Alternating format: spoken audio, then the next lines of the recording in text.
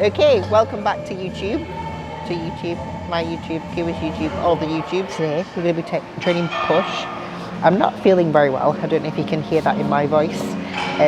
Obviously it's deeper anyway, but it's extra deep and sniffly today. So I'm going to be doing a devolume session because I woke up not feeling my best, but not to the point where I felt like I couldn't not train. So I wanted to come in and do something, and it means that I still keep my timings with Kuba. So I've been trialing a different time with training just to see if it works better with how I feel when I'm in here, and also with my sessions, and obviously with timings with work, etc. And also at the moment the gyms are a little bit busy, especially when it comes to time that we normally train. So I've decided to try and train after 2 meals. I'm going to see how that feels today and maybe a few of the sessions this week, and then try and make a decision, because I don't want to keep coming back and forth, because routine to me is so important. Obviously still keep my meal timings around the workout perimeter the same. It's just obviously training at a different time, again just to reduce the amount of people that's in the gym so that I can just get to work and not have to wait for machines quite so much. But we are going to do a devolume pull session. I'm also going to go through some little bits and little take points around how to save time, how to make your bodybuilding more effective, especially when working full time. So obviously if you've not got the luxury of being an online coach or someone that can create their own schedule, just to try and help people be able to stay within the sport for a little bit longer, because I think that people come away from it prematurely because they think that they can't do that and work full time. Because making sure that you know that you don't have to become an online coach is really important. And I think many people think that they have to because they're becoming a bodybuilder, and you don't have to. You have to do what makes you happy, what's enjoyable, and what can obviously fund your lifestyle of being a bodybuilder as well. So I would never have transitioned over to full-time coaching if I didn't already have that safety-ness of already having enough clients to be able to get rid of my other job. It's like I built up my online coaching business alongside still working full-time. It was stressful and it was busy, but it meant that transition over created no stress because the financial aspect wasn't negative. So I think it's really important that you make sure that from a financial aspect that you can afford everything, and hopefully the bits that we're going to go through today can help save time. I'm going to have my pre-workout, which is pumpage from Trained by JP, 17 grams of that alongside 5 grams of creatine and some of my salt that's for the day. My salt at the moment is at 14 grams. I'm obviously a lot heavier than what I am in a prep, where normally it sits at around 12 grams. So that little additional extra has actually allowed for my hydration to stay a little bit better, and my pumps in the gym have been way better, plus a reduction in cramps as well. So that's why I've tended to take that up. I'm going to crack on with training now because I've talked way too much, I'm sorry.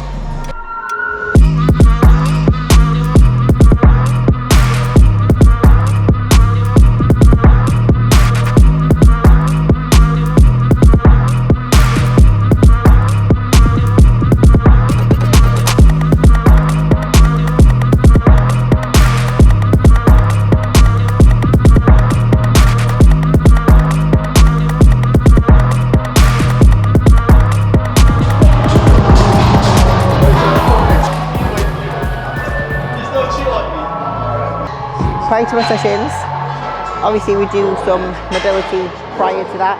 We used to do so many exercises, we've cut it down by about a quarter, so it literally takes 5-10 minutes max, and then ready to get to work. We were doing a lot of our prehab stuff for our injuries prior to the sessions, when in honest and actual fact, we literally just get activation through our core now, do a little bit for the specific muscle that we're about to target. But for the most part, the best thing that we've found for getting rid of our injuries or making our niggles feel better is just through good form, and doing the warm-ups and doing our movements with good form really helps with that. So, onto the first exercise, doing a lat focus pullover. Yes, that is for lats. You will utilise your lats to stabilise a lot when you press. So getting them firing prior to a push session, in my opinion, is really important. It's something that we've trialled throughout this off-season, and I feel so much better when I'm pressing. I feel like I'm already working. I don't push to failure on this. I literally do it to the point where I've got a few reps in the tank. Again, can we really know what a couple of reps in the tank are? Probably not, no. But I go to a point where I'm not doing that really ugly last rep. So to me, that's almost a rep or two in the tank. So that's what we're about to do. When it comes to this, need to, on single arm lat focus pullover, I like to make sure that my fist, well my palm, is facing towards the ceiling. If I keep it neutral grip or overhand, what I actually find is I take a lot of my tension into my tricep. That's me personally. So I keep my hand facing up towards the ceiling.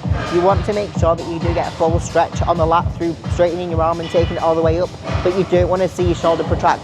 If that happens, you actually take a lot of work into your teres, which is obviously not the idea behind a lat focus pullover. So for me, I do slightly think about keeping my scapula depressed, but not to the point in which I don't allow for full extension and stretch. You don't want to be limited, but you don't want to allow for your shoulder to be moving around on anything lat focus, because you won't isolate your lat. Unless you're a lat god, then you might.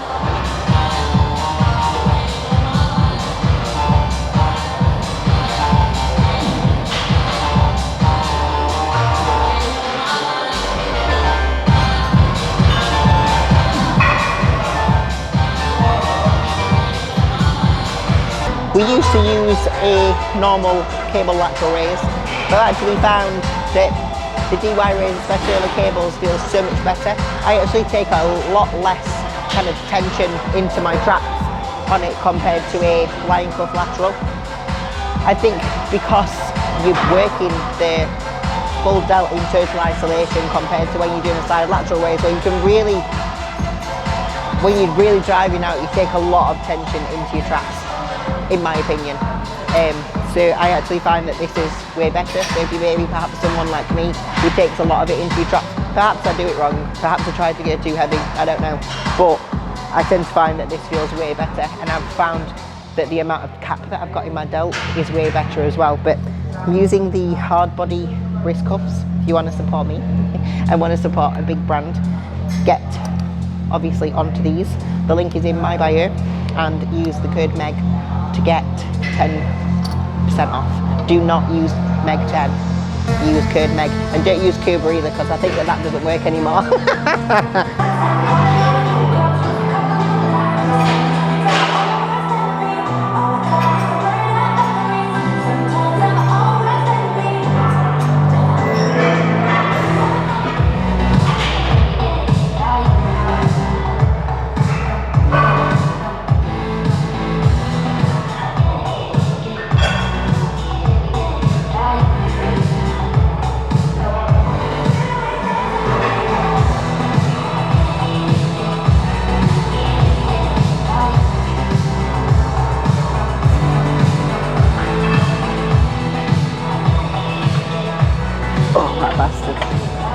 So much pumping into my delts.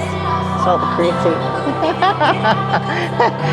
The reason I use the little head pad, basically, if I do a side lateral when I'm lying and my head tilts back, I get a lot of chest extension. If you get a lot of chest extension, you will take a lot of tension into your traps. That's even if you are doing it when you're standing. So always make sure that everything stays nice and neutral. That just allows me to keep everything nice and neutral. So if that's something that works really well for you, use it.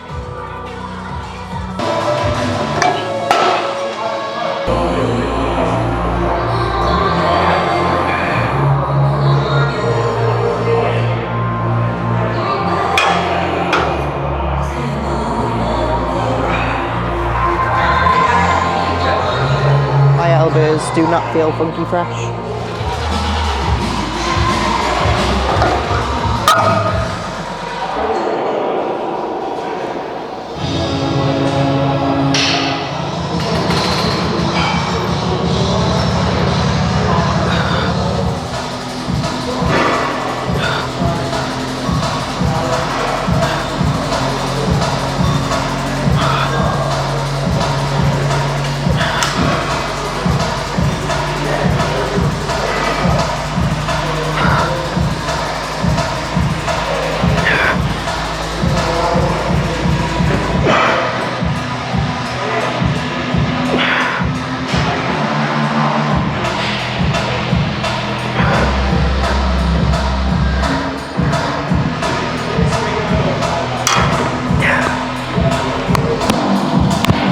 Actually really happy with that. The last time I did that, I think I only got like 8 reps on that weight, so I'm really happy. I didn't want to push that last rep up because it wouldn't have been a smooth rep.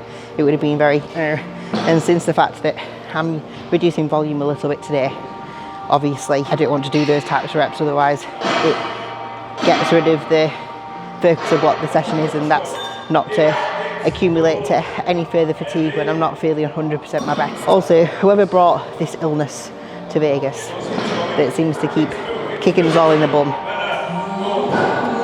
you're a disgusting person.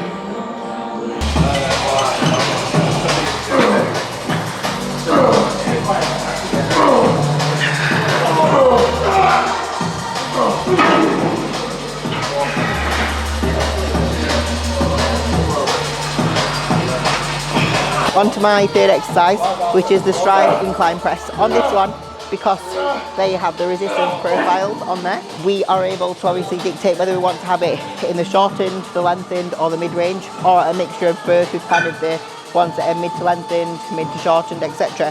So on this one, what we've got is we've got it right in the lengthened, so right at the bottom of the rep. So what I like to do with this, just to make it extra hard at the same time, is just take a nice little minute there where it's really heavy before driving back up, and that just makes it even more targeted in that lengthened range. So that's on setting 3 here. What I want to make sure on any press that I do is making sure that when those elbows come down, they align with my mid-rib to make sure that my joints stay nice and safe.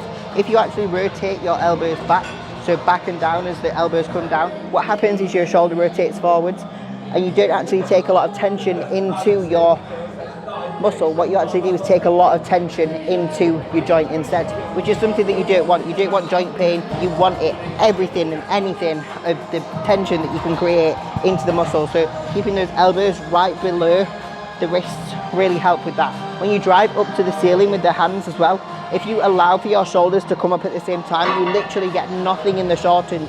You get nothing there in terms of the squeeze and contraction that you can create. So make sure that your shoulders stay driving into the pads so that you can create all the tension that you possibly can here.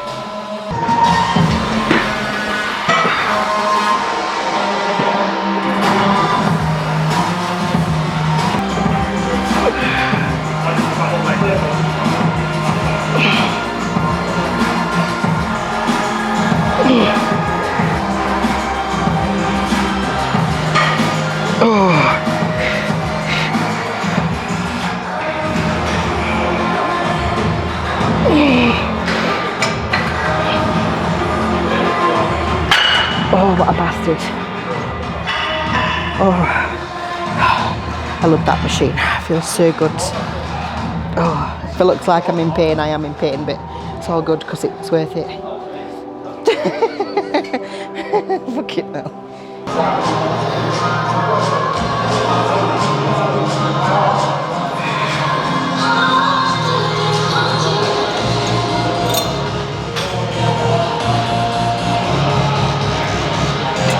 A cable single arm sideways. It's a movement that is butchered a lot, so I'm going to go through how I set it up. I like to make sure that I take a couple of steps away from the cables so that I don't hit the cable stack as I am using the actual movement. I need to make sure that I take a step behind the cable so that the little cable doesn't hit me. If the cable hits me anytime I actually lose tension where I'm supposed to be working, and it creates for the movement to be a little bit off. So make sure that you take a few steps away. I like to rotate my body just a little away from the cable stack because it allows for the movement and the resistance profile just to be way better for your side delt compared to if you're fully standing side on. I actually tend to find that I take a lot into my rear delt a little. So I actually take a little bit of a movement away, keep my arm a tiny little bit away from my front of my body again to make sure that the cable does not hit me. Keep my upper arm to the front of my body and then I just reach it out to the sides. It's not hard and it's not complicated, it is very simple. But just make sure that you make it simple, don't make it overcomplicated, and just get to work.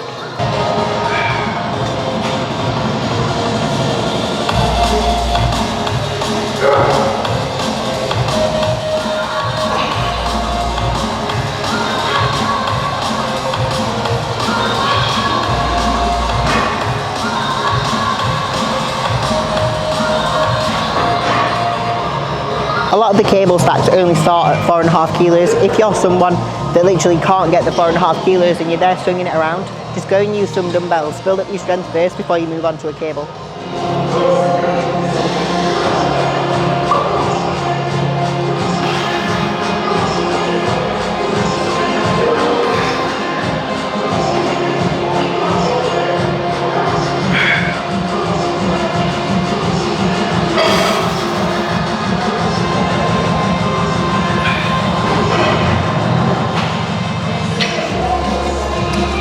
on anything unilaterally.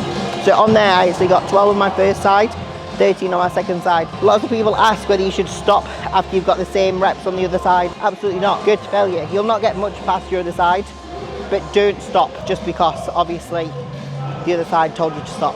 Keep going. Fifth exercise, we're on the prime press. We've got the neutral grip press. So with this one, what I'm trying to target is a little bit of tricep, a little bit of front delt. Obviously I can feel it into my upper pec as well, and the reason behind me having this movement in is because I actually lack the density here from my delts. I have a nice little cap on the side, but if you actually look at kind of my side purses and my front purses, you can see that this bit was just missing. So we've added in one of these to this session. We've also got the dips in the other session, but I actually lean my torso forwards in order to get a little bit through the front of my delt. So this is the movement basically that I'm doing, almost like a compound for that area. So that is my good exercise.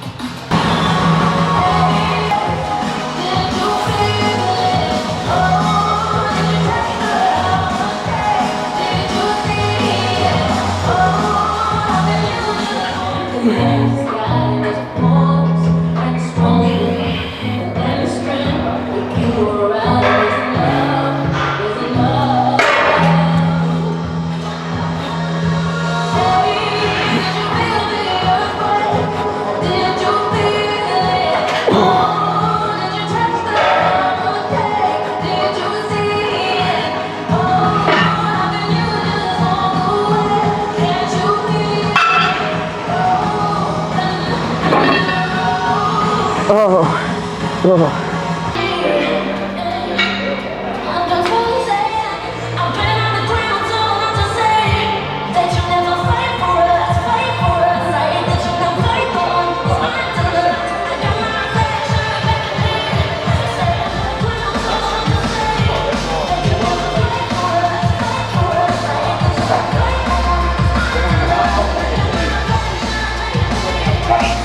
The penultimate exercise was a standing cable sideways.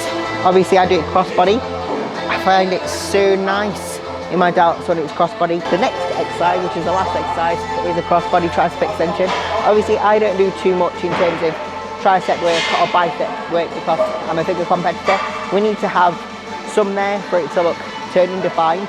But if you have big biceps, especially for the size delts that we need for our class, we'd look a little bit odd in that you wouldn't really see the really nice delt cap unless you had like bigger delts, if we would then have like some serious arms, which is obviously then getting more towards women's physique. So just some little work in there to make sure that I still have some tricep, but not to the point where it's like a women's physique competitor or a male bodybuilder where they need serious density there.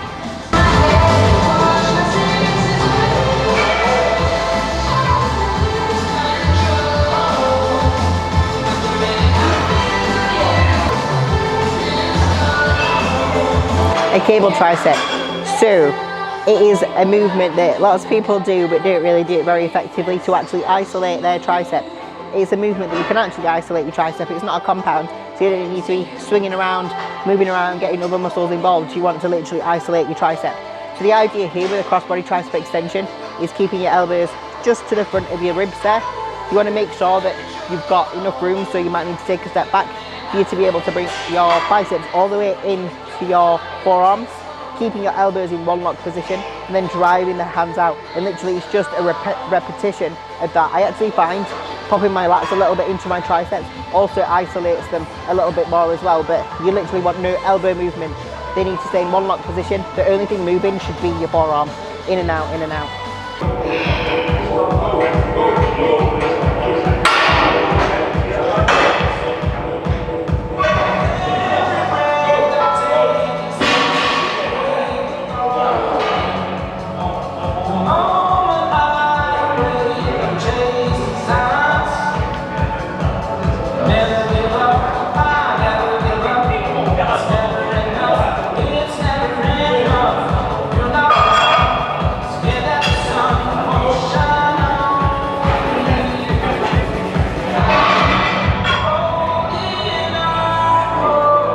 Thank you for watching my lovely YouTube. hope that you've took some things away from it, whether that be from the perspective of balancing bodybuilding with your full-time working. Do not be afraid to not be an online coach. Don't be afraid to work in other avenues, especially if it's your passion, because you can still balance that and do really well with your bodybuilding. I managed to achieve my pro card. If it wasn't for the fact that obviously online coaching presented itself, then I would have still worked doing my full-time job in bodybuilding, and I would have still made things thrive. So don't feel like you can't do that. That was my push session. Obviously I have additional volume when I do full-time sets. When I'm not doing my volume sessions, literally double the amount that you've just seen from me today. But I'm hoping that the little teaching points that I went through was obviously beneficial, and I'm hoping that the little conversation around pre-session mobility is something that you take away with as well. Make sure that you aren't doing kind of any longer than 5 to 10 minutes, otherwise you're going to be absolutely knackered. You're going to take away from your session, and that's not what the idea behind a warm-up is. You need to be there, you need to be activated, you need to be ready to go. If it's something that's an injury, that's something else that you're supposed to be doing, do it away from your workout perimeter, because you want to make sure that you're switched on and focused, especially if your goal is progressive overload. So yeah, hopefully you take something from it. Please let me know if there's anything else that you would like me to cover in the comments. But thank you. Please like, share, subscribe, all that fun stuff. And if you ever have any questions or something that you'd like to ask me personally, please feel free to always give me a DM on Instagram. My tag handle is below in the comments.